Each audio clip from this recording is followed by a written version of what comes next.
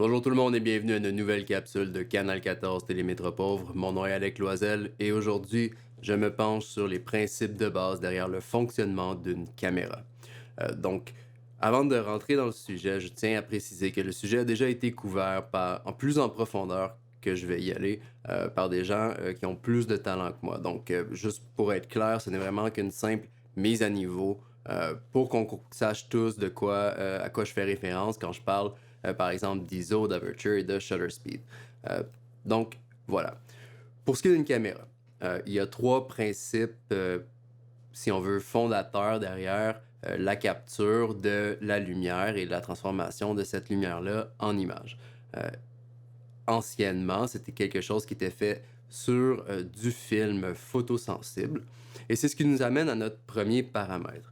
Donc, notre premier paramètre, c'est l'ISO. L'ISO, ce que ça veut dire, en fait, ISO, ça veut dire International Standards Organization, où est-ce que le but étant de standardiser, si on veut, la photosensibilité de chaque euh, film photographique afin de faciliter la tâche d'un photographe au niveau de l'exposition. Parce qu'anciennement, on ne pouvait pas savoir l'image qu'on allait avoir avant de développer le film. Et si, par exemple, on surexposait toutes nos images parce que le film était plus sensible qu'une autre compagnie, par exemple, on pouvait ruiner tout un photoshoot. Euh, donc, au niveau du digital, le même principe ne s'applique pas tout à fait, euh, puisqu'il est, du moins pour la majeure partie, impossible d'avoir plus qu'une sensibilité à partir du même senseur. Donc, un ISO sur une caméra digitale est en fait une amplification de ce qu'on appelle son ISO de base, qui est donc l'ISO le plus bas à laquelle la caméra peut aller chercher. Et dans mon cas, par exemple, 200 ISO. Donc, si je prends une photo avec 800 de ISO, en fait, c'est simplement une amplification artificielle de ce signal-là de 200 ISO. Et tout comme une amplification, par exemple, d'un signal audio. Donc, je prends par exemple, vous prenez votre cellulaire, vous mettez le câble auxiliaire dans un amplificateur.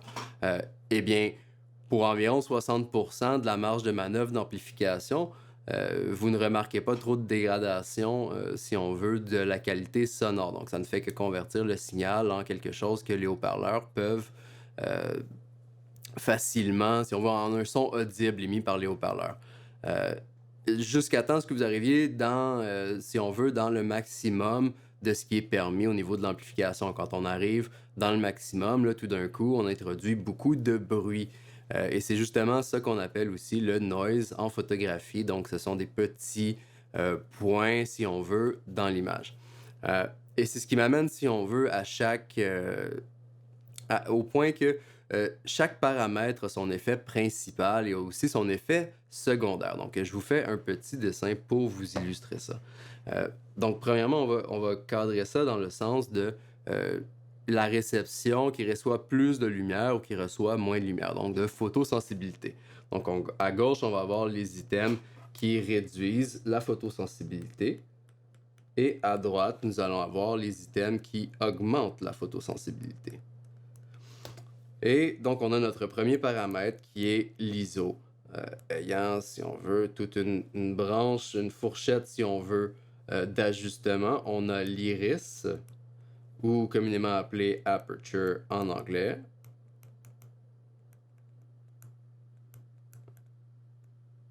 Excusez-moi. Et voilà. Et on a la vitesse ou le shutter speed.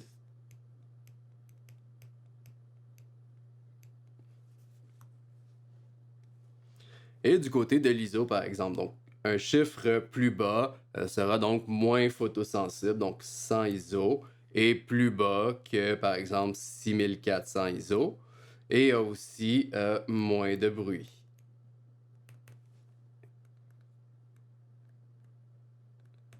Pour ce qui est de l'iris, maintenant, il y a deux aspects à l'iris. Il y a évidemment la quantité de lumière, donc par exemple, euh, un iris plus petit. Et dans le cas de l'iris, si on veut, les chiffres sont inverses. Donc, un chiffre plus grand signifie une plus petite ouverture de la lentille. Donc, par exemple, f13 est beaucoup plus sombre que, par exemple, f5.6.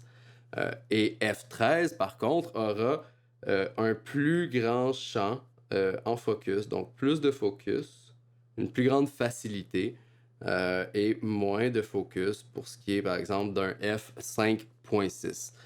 Pour ce qui est de la vitesse d'exposition, donc la vitesse du déclencheur, par exemple, euh, une image qui est exposée pour 1 centième de seconde sera plus sombre qu'une image qui est exposée pour 1 dixième de seconde, mais il y aura aussi plus de flou pour ce qui est du mouvement.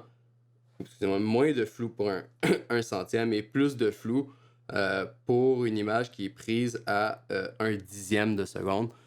Donc, qui laissera, si on veut, une trace dans l'écran. On peut voir sur l'exemple que je vous ai donné que même à 1 dixième, la simple aiguille d'un chronomètre, je veux dire, c'est seulement 1 dixième de seconde, mais c'est assez pour créer un flou. Même on dirait que l'aiguille est presque dupliquée, ce qui est quand même assez flagrant comme flou. Donc, comme je vous disais, ces trois paramètres-là vont gérer, si on veut, la balance ou la quantité de lumière qui va percuter notre senseur.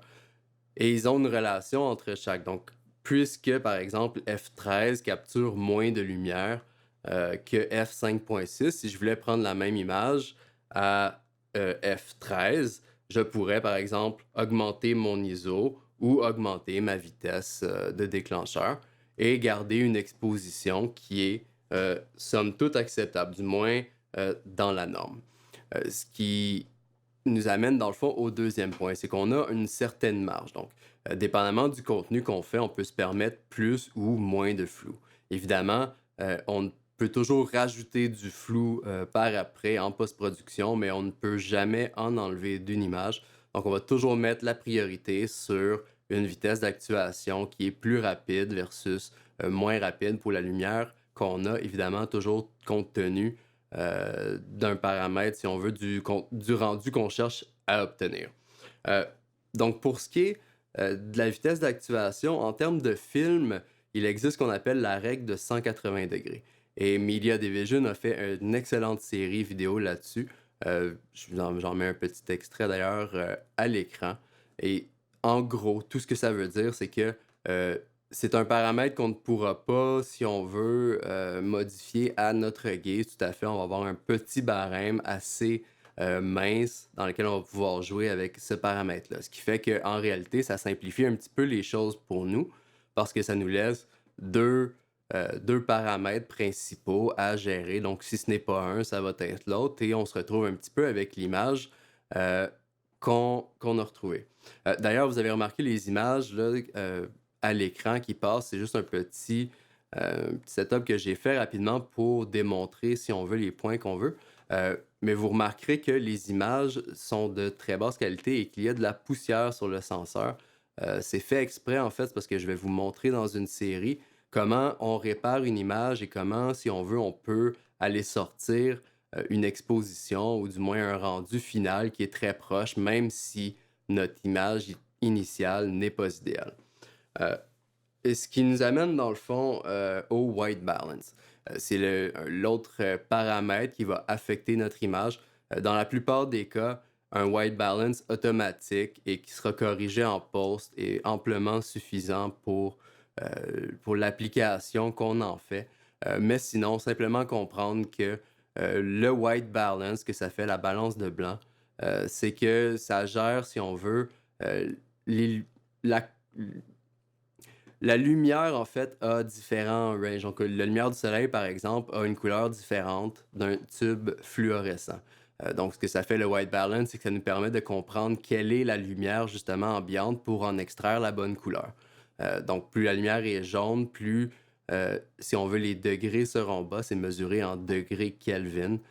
Donc, par exemple, une lumière d'intérieur, qui est un peu jaunâtre, sera autour de 3000 Kelvin versus une lumière de, par exemple, un fluorescent dans un bureau qui sera autour de 5000 Kelvin. Donc, pour la plupart, on n'a pas vraiment besoin de s'en inquiéter pour les applications qu'on en fait. Mais juste tenir ça en tête, dans le fond, si vous trouvez que votre image est jaune, vous pouvez simplement mettre white balance à manuel et aller trouver exactement la température qui vous cherche. Ce qui m'amène, si on veut, au dernier point, qui est le focus. Le focus, c'est extrêmement important parce qu'une image qui n'est pas au focus, par exemple, Ça a l'air de ça. Et si votre vidéo n'est pas au focus, vous allez passer toute une vidéo à... vous allez produire votre contenu, vous allez vous rendre compte à la fin que tout est flou et qu'il n'y a absolument rien que vous pouvez faire pour régler la situation. Donc, je vais devoir ramener mon focus. Vous m'excuserez. Et voilà. Donc, vous allez faire tout le reste du vidéo étant flou et vous ne serez pas plus avancé que ça. Donc, c'est extrêmement important d'avoir le focus au bon endroit. Ce qui amène à autofocus versus focus manuel. Le problème, vous vous diriez, pourquoi est-ce que je me casserais la tête à focuser manuellement puisque j'ai la fonction autofocus? Mais la réalité, c'est que pendant la vidéo, parfois votre caméra peut décider d'aller focuser sur quelque chose qui est dans le fond. Donc, moi, je pourrais avoir, disons, je pourrais vous présenter quelque chose, vous pouvez me montrer le crayon que j'ai utilisé pour dessiner sur la tablette et la caméra va décider de focuser là-dessus et de ne plus revenir sur mon visage, par exemple. Donc, André a un excellent truc pour ce qui est de s'installer quand on utilise un focus manuel. Je vous fais jouer le petit clip à l'instant. C'est cette petite chose-là ici. C'est une carte à jouer que j'ai collée sur un carton, puis le carton, c'est 2 bouts de carton qui peuvent glisser, et c'est monté sur un pied de cymbale. Okay? Pourquoi j'utilise ça? C'est que je veux mettre la carte directement sur mes yeux, puis c'est là-dessus que je vais faire le focus. Et c'est cette technique-là que j'ai utilisée pour faire les nouvelles trop québécoises. Donc, ce que je fais finalement, c'est que je mets la carte à jouer directement sur mes yeux. Donc là, je dois jouer un petit peu avec le pied et je le tourne jusqu'à temps que ça touche à mes lunettes. Là, je me mets droit, OK? Et là, ça accote dans mes lunettes, je le barre. Et ensuite, je m'en vais au setting. Alors maintenant, tout ce que j'ai à faire, c'est de faire le focus sur ma carte et aller me remettre les yeux exactement à la même place. Et voilà. Donc, c'est un truc qui est particulièrement utile parce que, comme je vous disais, vous ne voulez absolument pas ruiner une vidéo à cause de votre focus. C'est quelque chose qui est extrêmement frustrant, à peu près aussi frustrant que de se rendre compte qu'on n'a pas appuyé sur record, sur l'enregistrement. Donc, voilà, en utilisant un objet, en faisant le focus par après, en utilisant focus manuel, s'assure que ça ne bouge pas, ça fonctionne très bien. Donc voilà, ça couvre essentiellement les bases de ce que j'avançais sur le fonctionnement, les bases théoriques, si on veut, du fonctionnement d'une caméra. Dans une prochaine capsule, je vous couvre les techniques de manipulation, les caméras de base. On va découvrir comment aller chercher une image stable, au focus et bien exposée. Donc, abonnez-vous à la chaîne de Canal 14 Télémétropole pour ne rien manquer. Mon nom est Alec Loisel. Merci d'avoir été avec nous. Au revoir.